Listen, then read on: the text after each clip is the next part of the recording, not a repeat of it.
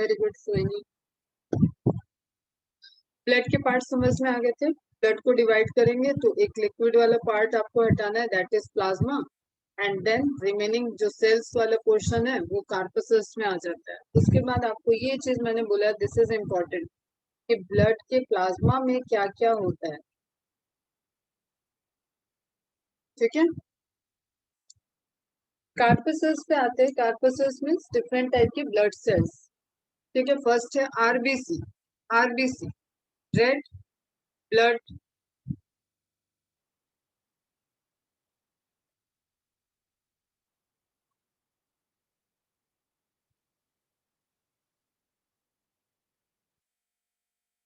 ठीक है, full form हो गया आरबीसी का।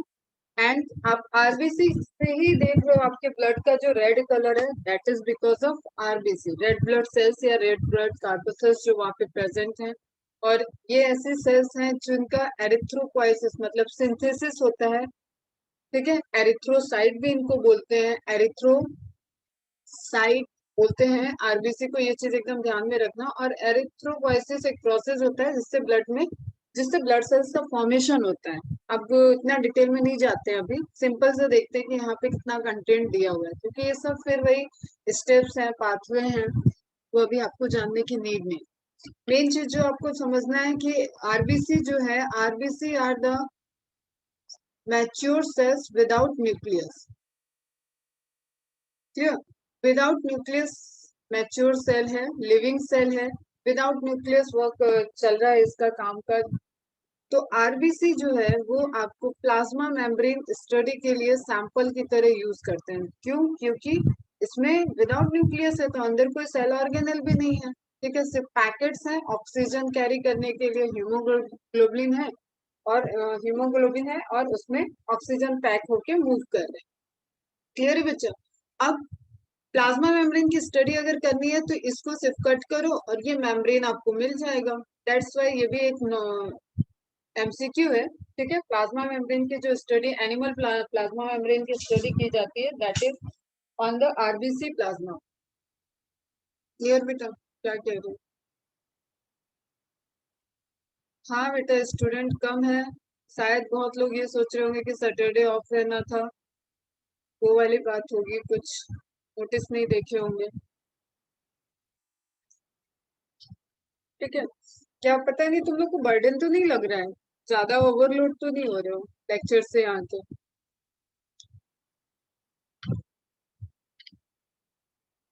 कंफर्टेबली हो रहा होगा आई थिंक। होना नहीं चाहिए, वही थोड़ा सा हो जाता है, और कुछ मौसम भी अलग है, हो सकता है नेट इशू। लोग के यहाँ भी नेट इशू थोड़ा बहुत चल रहा था, अभी तो ठीक है। आज मेरी भी थोड़ी सी हेल्थ ठीक नहीं है, तो वो पूरी एक वीकेंड वाला जो असर रहता है वो वाला होगा, इसलिए स्ट्रेंथ कम है। बट फोकस करो, रिकॉर्डेड लेक्चर अवेलेबल हो जाएगा जो स्ट्रेंथ की वक्त। तो ये प्लाज्मा मेम्ब्रेन वाली चीज समझो, ये नीट का क्वेश्चन है कि आरबीसी की सेल से ही जो प्लाज्मा मेम्ब्रेन की स्टडी की जाती है, structure of bilipid layer of plasma membrane is done on the RBC membrane. ठीक है, अब यहाँ पे क्या लिखा है उस पर आते हैं। They are also called as erythrocyte. Cyte means हमेशा ध्यान रखना सेल, ठीक है, containing red coloured respiratory pigment. अब जो इसका रेड कलर है वो बिकॉज ऑफ रेस्पिरेटरी पिगमेंट है कॉल्ड हीमोग्लोबिन। हीमोग्लोबिन क्या है? एक प्रोटीन है और जो पिगमेंट बना रहा है, जो रेड कलर का अपीयरेंस दे रहा है, that has been transportation of oxygen. Basically haemoglobin oxygen CO2 दोनों को कैरी करता है, और कार्बन मोनोऑक्साइड, अगर आप जो धुएं में कहीं पे कोई इंसान धुएं में फंसा है तो कार्बन मोनोऑक्साइड से CO से मैक्सिमम एफिनिटी होती है हीमोग्लोबिन की। जस्ट फॉर योर नॉलेज मैं यहाँ पे बता रही हूँ। ठीक है, तो उस टाइम जो सफोकेशन तुमको फील होता है, सांस लेने में कम, मतलब सांस तेज तेज चलती है, सांस ब्रीदिंग सही से नहीं होता है लोगों को, वो क्यों होता है? क्योंकि वहां पे ऑक्सीजन से बाइंड करने की जगह हीमोग्लोबिन धोखा दे देता है और कार्बन मोनोऑक्साइड को बाइंड कर। ठीक है, ये मैं ऐसे जनरल बता रही हूँ। कार्बन मोनोऑक्साइड वैसे नॉन इरिटेटिंग गैस है, ये धीरे धीरे धीरे धीरे आपके बॉडी को डैमेज करती है, और वो जो आग वाला है दैट इज डिफरेंट। बट आप समझ जाओगे अभी जो बात मैं कह रही हूँ। तो हीमोग्लोबिन ऐसा नहीं है कि सिर्फ और सिर्फ ऑक्सीजन को ट्रांसपोर्ट कर रहा है, CO2 को भी बाइंड करता है, बट मैक्सिमम एफिनिटी अगर इन तीनों में देखा जाए CO से सबसे ज्यादा है, देन ऑक्सीजन से, देन CO2 से। ठीक है, तो इसलिए CO2 जो होता है वो मैक्सिमम डिजोल्व फॉर्म में, मतलब प्लाज्मा के थ्रू ट्रांसपोर्ट होता है, और ऑक्सीजन हीमोग्लोबिन के अंदर ट्रांसपोर्ट होता है। ठीक है बेटा, फॉर योर नॉलेज ये इन्फॉर्मेशन दी है। क्वेश्चन जैसा आएगा वैसा आपको आंसर करना है। तो अभी आपको यही ध्यान में रखना है कि हीमोग्लोबिन जो पिगमेंट है जो आरबीसी के अंदर प्रेजेंट है वो ऑक्सीजन को कैरी कर। Is it clear? समझ में आया? मैंने यहाँ 3 गैस का नाम ले लिया, carbon monoxide, carbon dioxide and oxygen.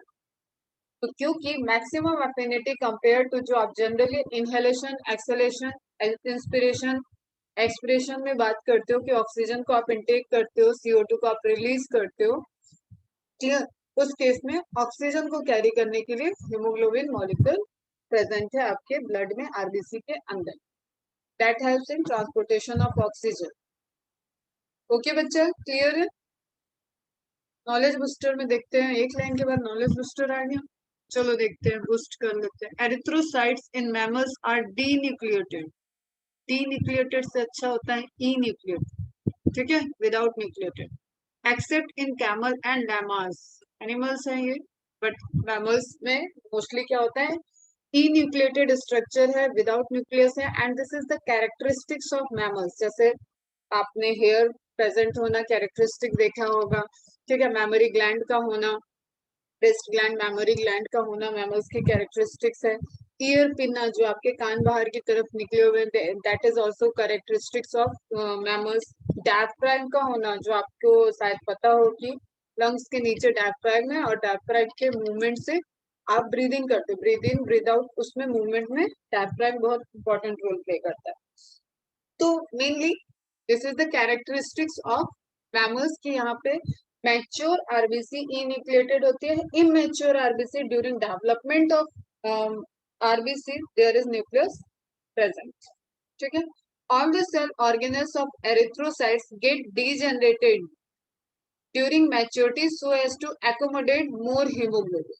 पूरा बस सिर्फ वो स्ट्रक्चर कैसा है, why is it absent in mammals? Why का कैसे बताऊं बेटा मैं, सिंपली आप समझ लो उनका एब्सेंट, उनका इवोल्यूशन ऐसा है कि वहां पे आरबीसी आपकी जो है वो न्यूक्लिएटेड है। ठीक है, इवोल्यूशन मैंने बोला ना, हम लोगों में भी immature RBC nucleated.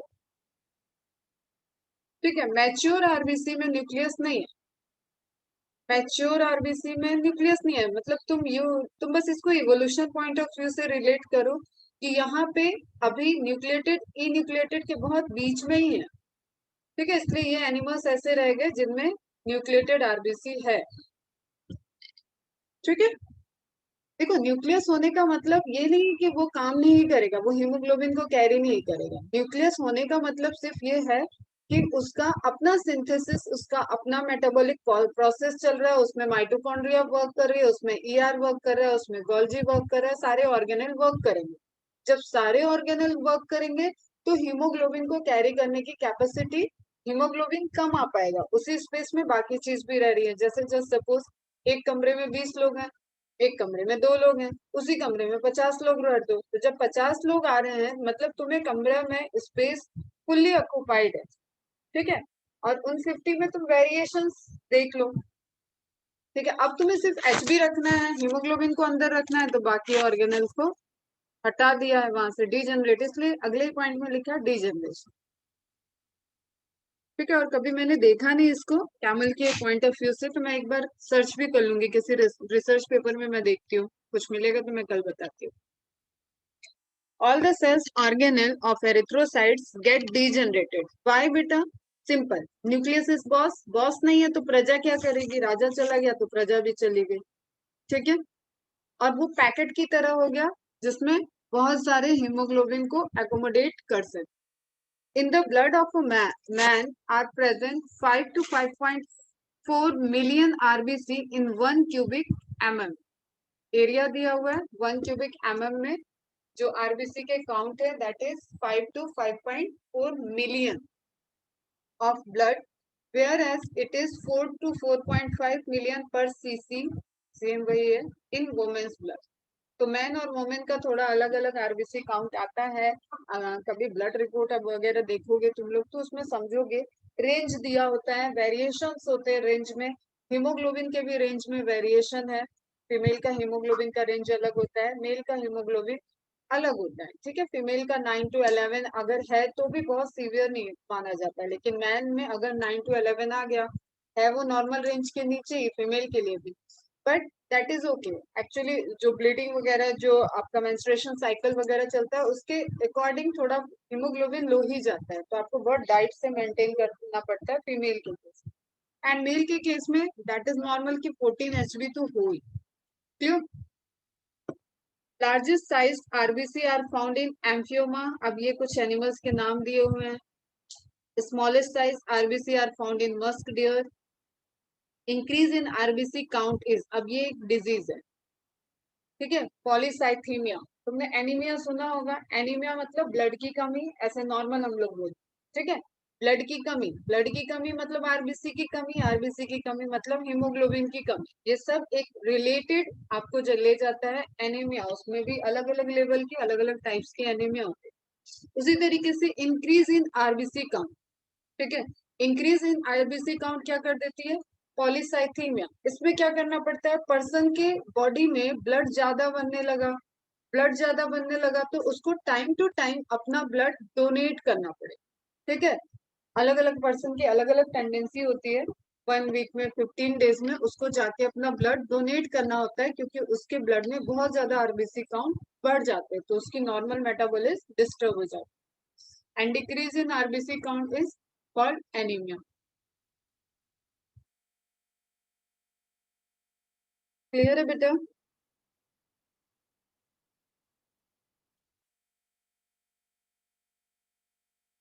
Now next है WBC, white blood corpuscles. RBC clear है बेटा सबको? समझ में आया? सिंपल सी चीज, हमने क्या किया, ब्लड, ये ब्लड है, ब्लड से हमने प्लाज्मा अलग कर दिया। प्लाज्मा की बात ही नहीं कर रहे हैं अभी, हम बात कर रहे हैं सेल्स की या कार्पसेल्स की। कार्पसेल्स में हमने फर्स्ट देखा आरबीसी को, जो कि मेजर पिगमेंट कैरी कर रही है हीमोग्लोबिन, एंड जिसकी वजह से हमारा ब्लड रेड कलर का है, ठीक है। अब सेकंड हम देख रहे हैं डब्ल्यूबीसी, जो कि हमारी बॉडी के एक तरीके से आर्मी मैन है, क्लियर, आर्मी सोल्जर्स हैं। तो WBC, white blood corpuscles, as the name indicate, इनका कलर व्हाइटिश सा होगा, ठीक है, क्रीमिश सा होगा, व्हाइटिश सा होगा, रेड तो नहीं। नाउ देखते हैं इनके बारे में।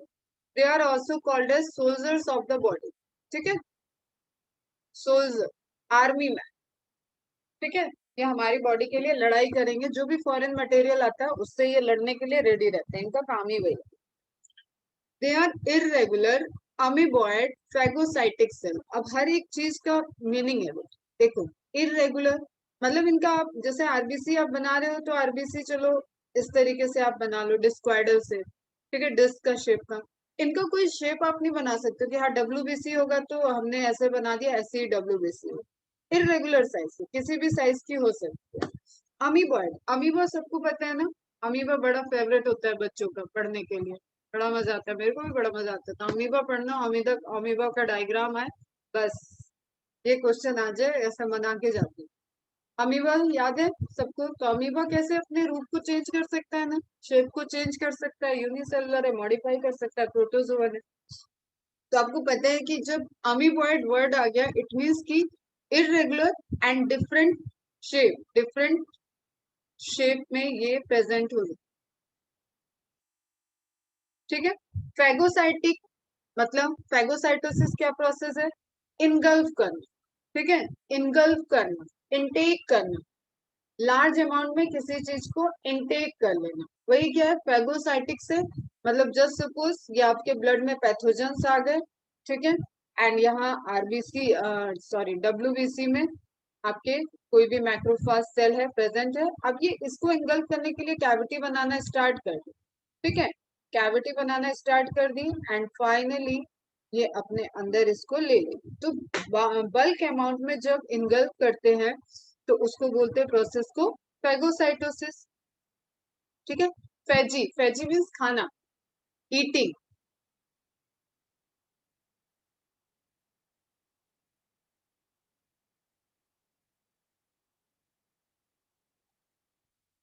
ऑटोफेजी जैसे बोलते हैं ना, लाइसोसोम के टाइम मैंने बताया था, ऑटोफेजी अपने ही ऑर्गेनल को खाने लगते हैं लाइसोसोम, तो ऑटोफेजी हो जाता है। उसी तरीके से ये क्या है, फैगोसाइटिक सेल है, ये इनगल्फ कर जाएगी, ये इनटेक कर जाएगी, लार्ज नंबर ऑफ माइक्रोब्स जो वहां पे प्रेजेंट होंगे उनको काफी तेजी से इनगल्फ करके डिग्रेड कर देगी, उसको पूरा अंदर लेके डिग्रेड कर देगी। That protect our body by engulfing, ठीक है, वर्ड भी आ गया engulfing, bacteria and other foreign particles, virus भी हो सकता है, अदर केमिकल्स पार्टिकल्स भी हो सकते हैं, इन्फ्लेमेटरी एजेंट भी हो सकते हैं, कुछ ऐसा हो सकता है जो बॉडी को मतलब डैमेज कॉज कर रहा है, उसको सेंस किया, सेंसरी सिस्टम ने सेंस किया, नर्वस सिस्टम ने सेंस किया, इम्यून सिस्टम बेसिकली यहाँ पे सेंस करेगा, इम्यून सिस्टम ने सेंस किया, एंड देन लिम्फ नोड में एक्चुअली वो ट्रैप हो जाएंगे, और लिम्फ नोड फिर लिम्फोसाइट सेल्स को ऑर्डर दे देगा कि जाओ इन्हें यहाँ पे ये पर्टिकुलर जगह पे ये इन्फेक्शन हो रहा है, ये डैमेज हो रहा है, इसको जाके तुम ब्रेक डाउन करो, टुकड़े टुकड़े करो। समझ में आ रहा है? मैं ऐसे ही पढ़ाती हूँ इम्यूनोलॉजी, तो मैं पूरा ऐसे ही पढ़ाती हूँ बेटा, वॉर चलता है जैसे लगता है। They are of 5 types, monocyte, lymphocyte, basophils, neutrophils, eosinophils. ठीक है, डब्ल्यूबीसी के फिर टाइप हो गए। अब आपने किसी ने ब्लड रिपोर्ट देखी हो, कभी कराई हो या घर में पड़ी होगी तो आज देखना जरा उसको, तो ये सारे सेल्स आपको मिलेंगे डब्ल्यूबीसी के नीचे, ल्यूकोसाइट काउंट दिया होगा, उसके बाद स्पेसिफिकली उसमें मोनोसाइट, लिम्फोसाइट, बेसोफिल, न्यूट्रोफिल, एस्नोफिल, इस तरीके से दे देते हैं। ठीक है, सबसे ज्यादा काउंट में इसमें जो रहती है वो होती है न्यूट्रोफिल सेल, और एस्नोफिल सेल्स एलर्जी को शो करती है। आपके बॉडी में अगर किसी चीज का एलर्जिक रिएक्शन हुआ है तो एस्नोफिल सेल का काउंट बढ़ जाएगा, ये डिवाइड करती है, मल्टीप्लाई करती है, एंड डिपेंड कर रही है, ऑब्वियसली सेना बढ़ानी पड़ गई, ठीक है, आपको आर्मी बढ़ानी पड़ गई, क्यों? क्योंकि एलर्जी था, तो एलर्जी बढ़ी होगी तो एस्नोफिल का काउंट बढ़ जाता है। ठीक है, समझ में आया? न्यूट्रोफिल जो होती है लार्जर सेल वो होती है, सबसे सबसे ज्यादा अबंडेंट होती है और बहुत एकदम फास्ट फैगोसाइटोसिस करने में बहुत इंपॉर्टेंट होते हैं। In each cubic MM of blood of man are present 6,000 to 8,000 leukocytes.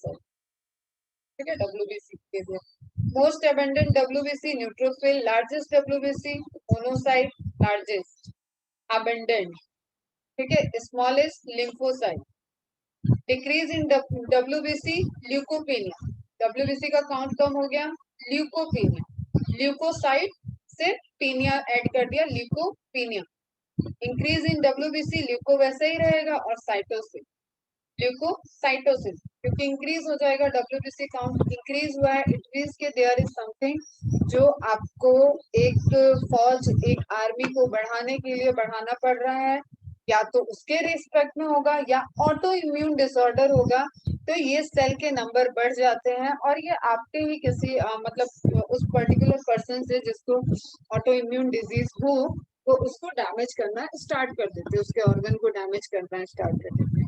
जैसे ऑर्गन ट्रांसप्लांटेशन होता है, तो फॉरेन ऑर्गन को एक्सेप्ट नहीं करती है बॉडी, उसमें भी अपना इम्यून सिस्टम रोल प्ले करता है, तो उन सब की मेडिसिन होती है, साथ साथ चलती रहती है। क्लियर है बेटा? WBC clear? बाकी हम सर्कुलेटरी सिस्टम जब 11th वाला बताएंगे तब वहां पे इनकी बहुत सारी इंटरेस्टिंग मैकेनिज्म, इनके शेप, साइज, उन सब पे बात की। वेरी गुड, चलो आगे देखते हैं। नेक्स्ट है प्लेटलेट सेल्स। ठीक है, ब्लड प्लेटलेट्स या आप इसको बोलते हो थ्रोम्बोसाइट। ठीक है, कल किसी ने पूछा था तो मैंने बताया था ना कि ब्लड क्लॉट बनाते हैं, क्लॉट को बोलते हैं थ्रोम्बस। ठीक है, thrombus clot, clotting of blood में रोल प्ले करेंगे, और ये एक्चुअली एक कंप्लीट सेल नहीं होती, सेल के टुकड़े होते हैं।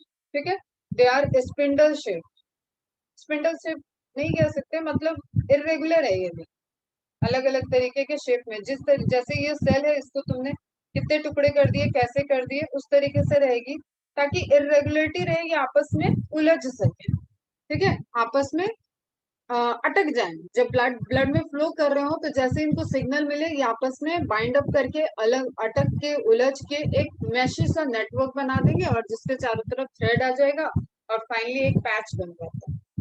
चलो देखते हैं। They are spindle shaped cells which are involved in clotting of blood.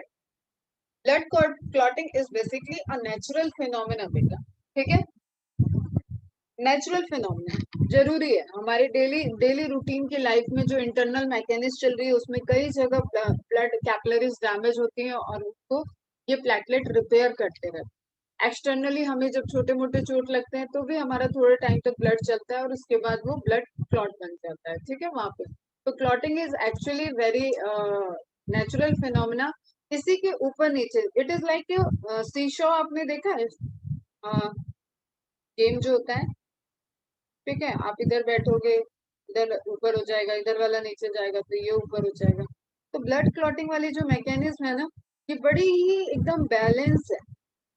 अगर ज्यादा ब्लड क्लॉट हुआ तो भी डिजीज है, ब्लड क्लॉटिंग नहीं हो रही है तो भी डिजीज है। ये कंडीशन भी डिजीज कॉज करेगी, ये कंडीशन भी डिजीज कॉज करेगी एंड बड़ा सीवियर हो जाता है, ठीक है। अननेसेसरी के क्लॉट्स बनने भी बड़े मतलब आपको हार्ट अटैक तक या किसी को भी मतलब कोई भी कॉम्प्लेक्सिटी यहाँ पे आ सकती है क्योंकि वो क्लॉट जाके अब डायमीटर के अकॉर्डिंग तुम सोचो कि डायमीटर अलग अलग है, चेंज हो रहा है, तो डायमीटर के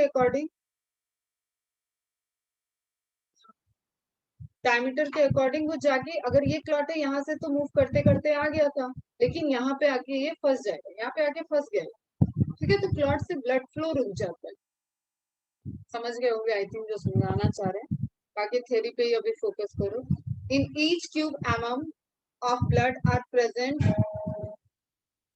2 lakh to 3 lakh platelet increase. 2 lakh का काउंट जब आप देखते हो, डेंगू अगर किसी ने कभी आसपास डेंगू के पेशेंट को देखा होगा तो देखा होगा उसका प्लेटलेट काउंट 1 लाख के नीचे तक आ जाता है, ठीक है। तो कहते हैं कि बहुत डिक्रीज हो रहा है, प्लेटलेट बहुत तेज।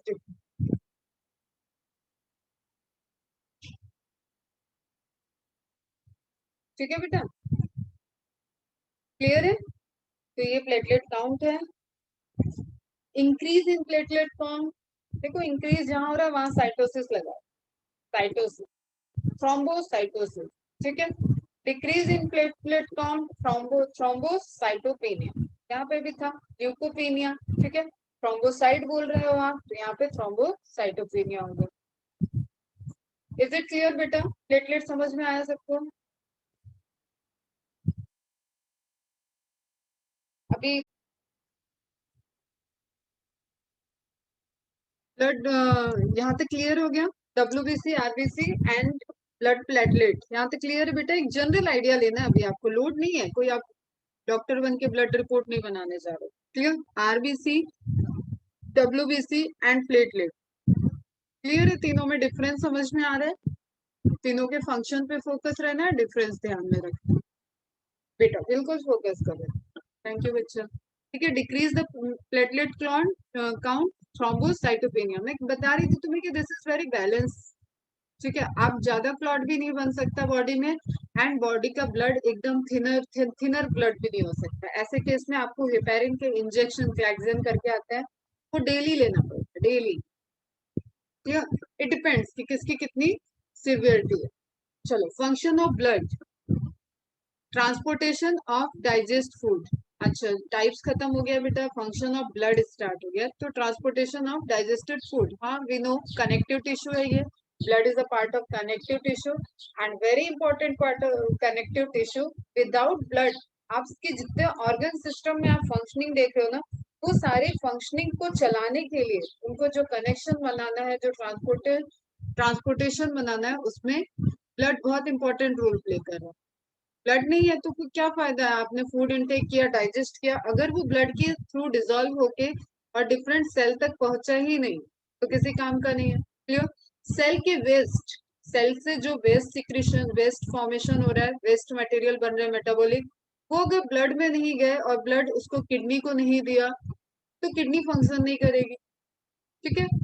यूरिन का फॉर्मेशन नहीं होगा। ऑक्सीजन, आपने ब्रीदिंग सिस्टम आपका वर्क कर रहा है, हाँ भाई ठीक है, लंग्स हमारे सही वर्क कर रहे हैं। अगर ब्लड उससे ऑक्सीजन को नहीं लेगी, ठीक है, और वापस सेल को नहीं देगा, तो फिर कैसे काम होगा? सेल से CO2 लेके वापस लंग्स को नहीं देगा अगर ब्लड, तो कैसे काम चलेगा? तो एक जनरल वे में मैं यहाँ जो 3-4 एग्जांपल मैंने दिए, you can relate it with कि ब्लड वेरी इंपॉर्टेंट है, बॉडी में ब्लड का होना, पानी का होना, ये सब बहुत इंपॉर्टेंट है। Transportation of oxygen to body cells. देखो कोई भी छोटा मोटा ऑपरेशन भी होता है ना, तो एक ब्लड प्रेशर जरूर मेंटेन किया जाता है कि पेशेंट का ब्लड प्रेशर मेंटेन हो पाए, तब जाके ऑपरेट कर पाता है। सर्जरी चाहे छोटी हो या बड़ी हो, कभी भी हाई ब्लड प्रेशर में या लो ब्लड प्रेशर में नहीं होती है।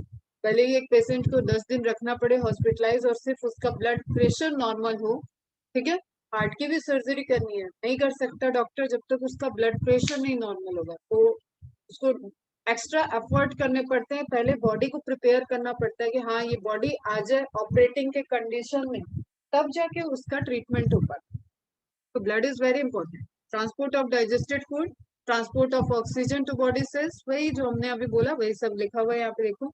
Transported of carbon dioxide from body cells to lungs. ध्यान रखना है अपने को, ये तो बहुत छोटे क्लास से पढ़ रहे होगे, ठीक है।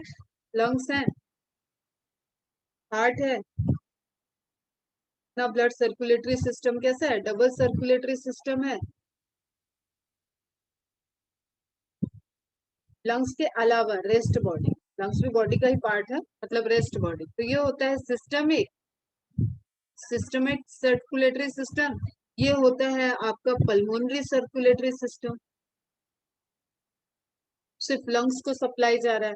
तो हार्ट से जब लंग्स में गया तो ब्लड ऑक्सीजनेटेड हो जाता है, ये डीऑक्सीजनेटेड है, ठीक है, विदाउट ऑक्सीजन है, इसमें ऑक्सीजन ऐड हो गया, फिर हार्ट में आता है। ये नहीं कि लंग्स सारी सप्लाई पहुंचा दे बॉडी को, ऐसा नहीं होता है, हार्ट में आता है। हार्ट देन ऑक्सीजनेटेड ब्लड को सप्लाई देता है पूरे लोअर बॉडी अपर बॉडी को, ठीक है, इवन लंग्स, लंग्स को भी सप्लाई देगा।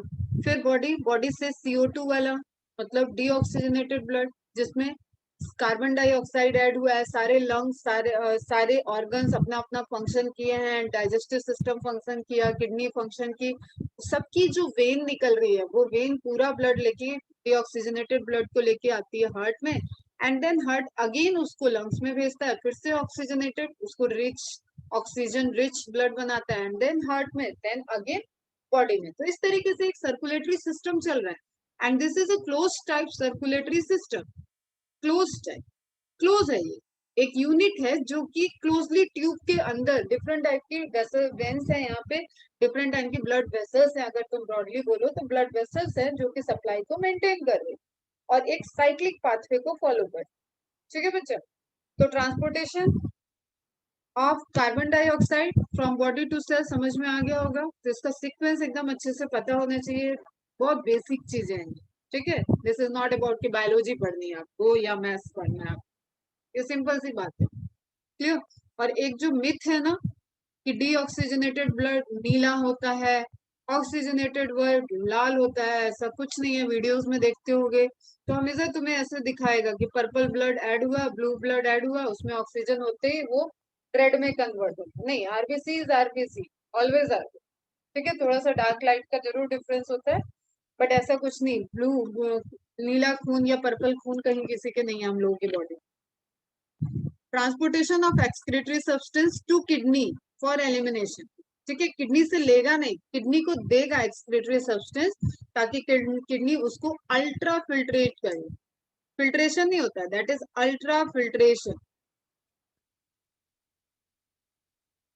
क्लियर। बहुत फाइन फिल्ट्रेशन की मैकेनिज्म चलेगी और उससे एक्सक्रीटरी मटेरियल को यूरिन के फॉर्मेशन में रोल प्ले करेगा, एंड यूरिन फिर मैच्योरेशन की प्रोसेस से release out of the body चलेगा।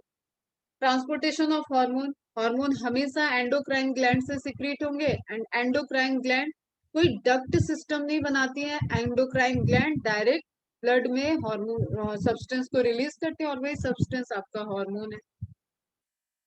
WBC help in fighting against disease, तभी तो आप उसको सोल्जर बोल रहे थे, ठीक है। Platelets help in clotting of blood, सारी चीज आई थिंक क्लियर है, सारे पॉइंट क्लियर है बेटा, 5 6 7 पॉइंट यहाँ पे दिए हैं, is it clear to all of you?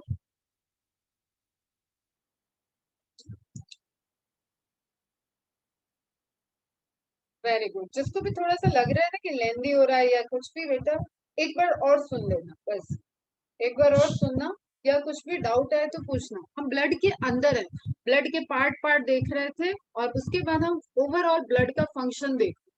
Clear? Knowledge booster में हेपेरिन का नाम दिया। अभी जो मैंने तुम्हें इंजेक्शन का नाम एक लिया था ना, क्लेक्सन इंजेक्शन, उसमें हेपेरिन होता है। इज नेचुरल एंटी कोएगुलेंट, समझना बात को, नेचुरल एंटी कोएगुलेंट। अगर कहीं क्लॉट बना है तो उसको एक टाइम के बाद रिमूव करना, ये भी नेचुरल प्रोसेस है। इसलिए हम लोगों के बॉडी में हेपेरिन प्रोटीन की सिंथेसिस होती रहती है। बट ये हेपेरिन कम हुए हैं, ये हेपेरिन कम है, प्रॉपर एंटीकोएगुलेशन की प्रोसेस नहीं हो रही है, तो हेपेरिन का इंजेक्शन दे दिया। ठीक है, एक्सटर्नल सोर्स से दे दिया, आपके वेनस इंट्रावेनस इंजेक्शन में ये गया, एंड देन फॉर्मेशन एंटीकोएगुलेंट का लेवल बराबर हो गया, तो ब्लड क्लॉट नहीं होगा, अननेसेसरी ब्लड क्लॉट नहीं होगा, जिसको थ्रोम्बोसिस कहते हैं। ठीक है, पल्मोनरी थ्रोम्बोसिस होता है, एम्बोलिज्म बोलते हैं, डीप वेन थ्रोम्बोसिस होता है, डीवीटी होता है, अलग अलग डिजीज है इसमें, कहाँ पे थ्रोम्बस बन रहा है उसके ऊपर। In our blood that prevents the blood from clotting inside the blood vessels. Unnecessary का क्लॉट नहीं होना चाहिए, इसलिए क्लॉट बनते ही उसको एंटीकोएगुलेंट भी उस पर वर्क करता है, उसको डिग्रेड कर देगा। जैसे जस्ट सपोज यहाँ पे एक ड्रॉ करती हूँ मैं इमेज, यहाँ से ब्लड जा रहा है, क्लियर, यहाँ वेसल्स थोड़ी सी डैमेज हुई, और ये ब्लड, ये प्लेटलेट जो यहाँ से घूम घाम रहे थे, वो सब यहाँ पे बढ़िया वाला क्लॉट बनाते हैं, अच्छा वाला। ठीक है, ये हील भी हो गया है, लेकिन अगर ये यहाँ पे बना रहेगा तो समझो, समझो इसको इतना डायमीटर मिल रहा था ब्लड बहने के लिए, यहाँ पे इतना ही स्पेस मिल रहा है, तो यहाँ से ब्लड तेज प्रेशर से मूव करेगा, और ये एक ऑब्स्ट्रक्शन हो जाएगा। ठीक है, तो इसको नेचुरली फिर ब्लड में हेपेरिन सिंथेसिस होते हैं, वो इसको सेंस करते हैं कि हाँ ये क्लॉट को अब डिग्रेड करना है, तो फिर से ये क्लॉट रिमूव हो जाएगा, इसके छोटे छोटे टुकड़े हो जाएंगे और वो ब्लड के साथ बह जाएंगे। Are you getting my point of return जी? इंटरेस्ट आते है तुम लोग ये सब जब सुनते हो?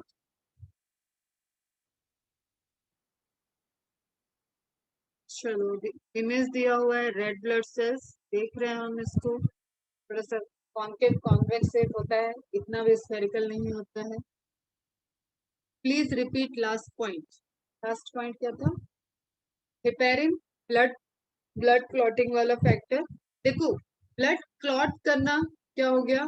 क्लॉटिंग, या इसको बोलते हैं कोएगुलेशन।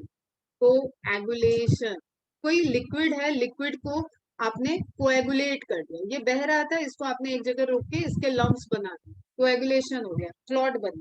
ठीक है, तो ये क्लॉट एज इट इज इस तरीके से बन के वहां पे स्पेस कवर कर दें और ब्लड के पाथ को रोक दें। ब्लड तो अपना कंटिन्यूअस प्रोसेस है, आप सो जागो उठो बैठो, जब तक आप बर्थ के पहले से ही आपका ब्लड सिस्टम चल रहा है, और आपके डेथ के टाइम तक वो चलता ही रहेगा, वो रुकेगा नहीं, हार्ट रुका मतलब गए, तो ये तो प्रोसेस चलती रहती है।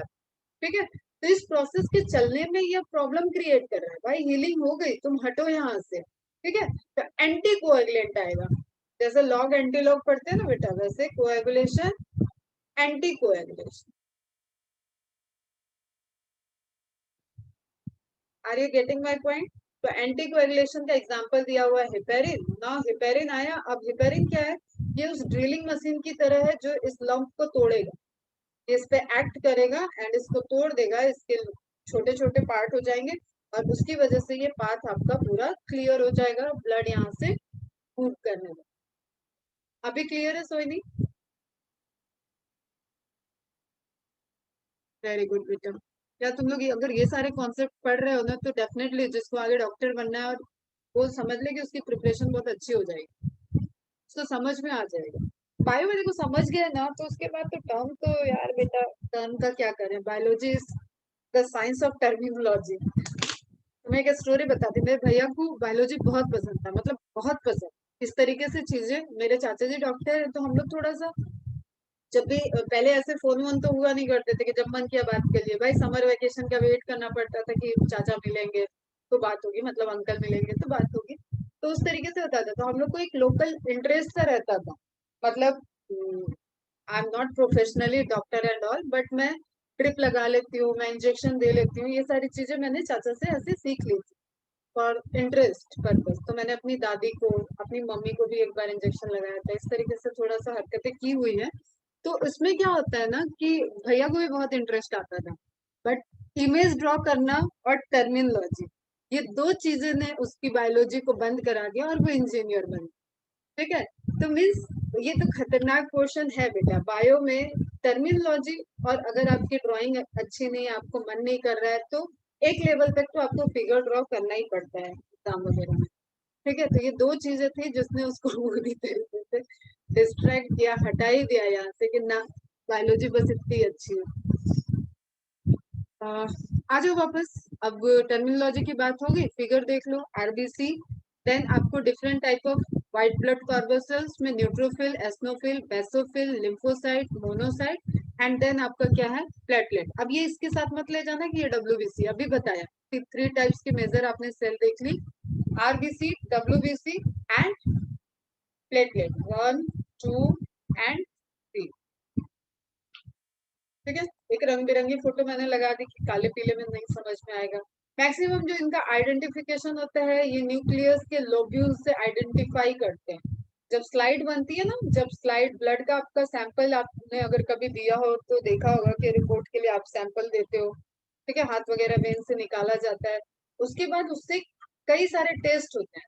तो स्लाइड पे एक ब्लड रखा गया, एक ड्रॉप ब्लड रखा गया, उसका स्मीयर बनाया गया, उसको फैला लिया गया, जैसे मैंने टूल्स एंड टेक्निक थोड़ा सा माइक्रोस्कोप वाले पोर्शन में बताया था। ठीक है, तो वहां पे इस तरीके से सेल्स दिखेंगे, ये इनका अपीयरेंस होता है, ये इनका लोब्यूल है। ठीक है, तो इस तरीके से we can distinguish between different type of WBC. ठीक है, प्लेटलेट, प्लेटलेट देखो कि कहाँ, अब आपको स्पाइरल से दिखा है, आपको लिखा है स्पाइरल, स्पाइरल मतलब ऐसा होता है स्पाइरल। ठीक है, तो ये बन सकता है स्पाइरल, लेकिन हमेशा स्पाइरल हो ऐसा, बस आपको ये समझना है कि ये चीज इंपॉर्टेंट है इसकी, ये जो ऐसे ऐसे निकली हुई स्ट्रक्चर है ना, ये इंपॉर्टेंट है, ये जब बह के जाएगा तो इसका इसका ग्रुप इसके साथ, इसका उभार इसके साथ, ये आपस में कनेक्ट होते जाए। ठीक है बच्चा, और ये तो अपनी एरिथ्रोसाइट है, ये आरबीसी सुंदर सी, ये एमीबॉयड होते हैं, इसमें मैक्रोफेज देखो जो बहुत बल्क अमाउंट में आपका सारा एक साथ अटैक करके किल करने में रोल प्ले करते हैं, वो मैक्रोफेज होते हैं, स्कैवेंजर्स बोलते हैं। मतलब सोल्जर में भी जैसे ब्लैक कमांडो बोलते हैं ना, वैसे हो जाते हैं आपके नेचुरल किलर सेल और macrophages, NK cell and macrophages. Now fast देख लेते हैं लिम्फ, दो लाइन में। इट इज कलरलेस और light yellow colour, creamish, creamish type का, लाइट येलो मतलब ऐसा नहीं कि येलो येलो इस दिखेगा आपको। ठीक है, light yellow is like a creamish colour, whitish yellow इसके बीच में। Fluid that baths all the body organ, मतलब ऑल द बॉडी ऑर्गन उसमें डूबे हुए। ठीक है, सब जगह से ये गुजरता है, and is filled in spaces between them, और उनके बीच में भी है। लिम्फेटिक वेसल्स बोलते हैं, जिसमें ब्लड जाता है उसको ब्लड वेसल बोलते हैं, जिसमें लिम्फ की सप्लाई होती है उसको लिम्फेटिक वेसल्स कहते हैं।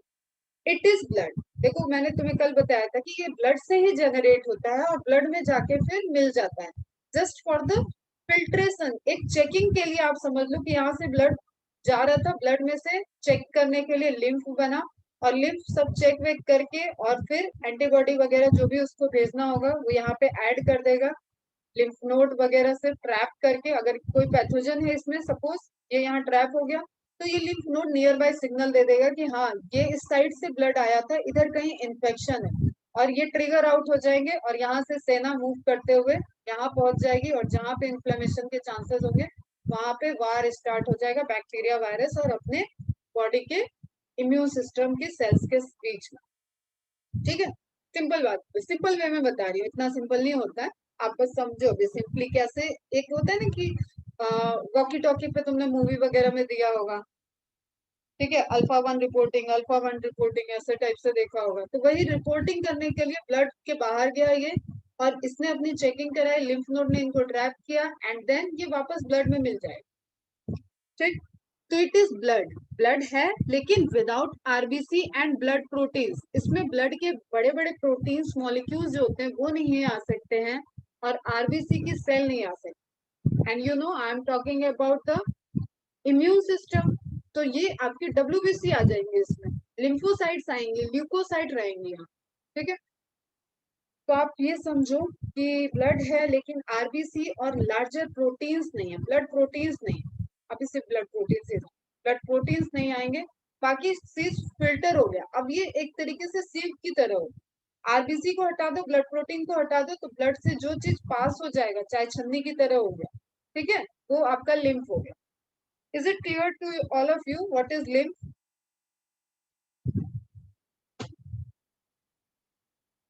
Plasma plus RBC plus WBC plus platelet plus protein, ये सब मिलके आपके क्या बना दिए, ब्लड। अब इसमें से अभी हम ये शॉर्ट में लिख रहे हैं बेटा, आरबीसी नहीं आया, प्रोटीन्स नहीं आए, बाकी सब आ गए, तो वो स्ट्रक्चर क्या हो गया, लिम्फ। तो you can write in mathematical form, you can write blood minus RBC, bracket में कर लो, ब्रैकेट खोलना समझ में आता होगा ना, plus blood proteins, blood minus RBC plus blood proteins is equal to lymph. Are you getting my point बेटा? तो RBC plus blood protein कर लो और इसको ब्लड में से हटा दो, तो बचा हुआ पोर्शन क्या रह गया, lymph। चलो यहीं पे एंड करते, थोड़ा इसका फंक्शन बस। lymph is made up of plasma and lymphocyte।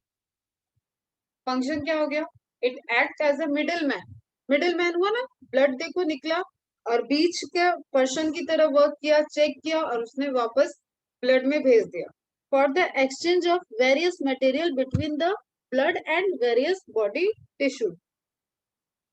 ये तो एक मिडिल मैन की तरह हो गया।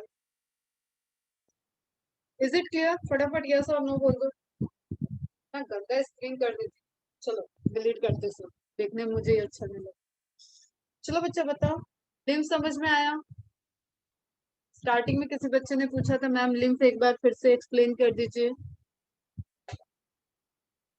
Lymph means water in Latin. पता नहीं बेटा, मेरे को चेक करना पड़ेगा, गूगल से देख के बोल रहे हो? लिम्फ का मीनिंग हम लोग टेक्निकली यही जानते हैं कि ब्लड विदाउट आरबीसी, ठीक है, बॉडी फ्लूइड।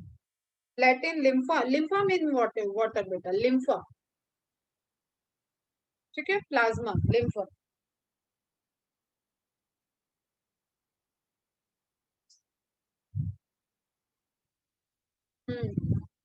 करेक्ट है बेटा, correct. Lympha means water, lymph means, okay, चलो bye bye, good day, take care. अच्छे से कल थोड़ा सा रिवाइज करना, कोई टेस्ट नहीं है तो पूरे वीक का पढ़ा हुआ सब कुछ रिवाइज करना, bio chemistry maths physics, maths को बढ़िया सॉल्व करके प्रैक्टिस करना। बायो जो आगे लेने वाले हैं उनको मैं बार बार वार्न करती हूँ, बेसिक्स मैथमेटिक्स के लेक्चर एकदम सीरियसली अटेंड करो, प्रैक्टिस किया करो। मैथ्स इज नथिंग लाइक हवा, मैथ्स से टफ होती है बायोलॉजी, ये लोगों को मिथ है कि अच्छे बच्चे जो बहुत तेज दिमाग वाले होते हैं वो मैथ्स पढ़ते हैं, मैंने दोनों पढ़ के देखा हुआ है, और जब आप हायर लेवल की बायोलॉजी तक जाते हो वो बहुत टफ है, ठीक है। तो स्ट्रांगली सब चीजें, चारों सब्जेक्ट को रिवाइज करो, बढ़िया से अपना ध्यान रखो, खुश रहो, मस्त रहो। चलो बाय बाय।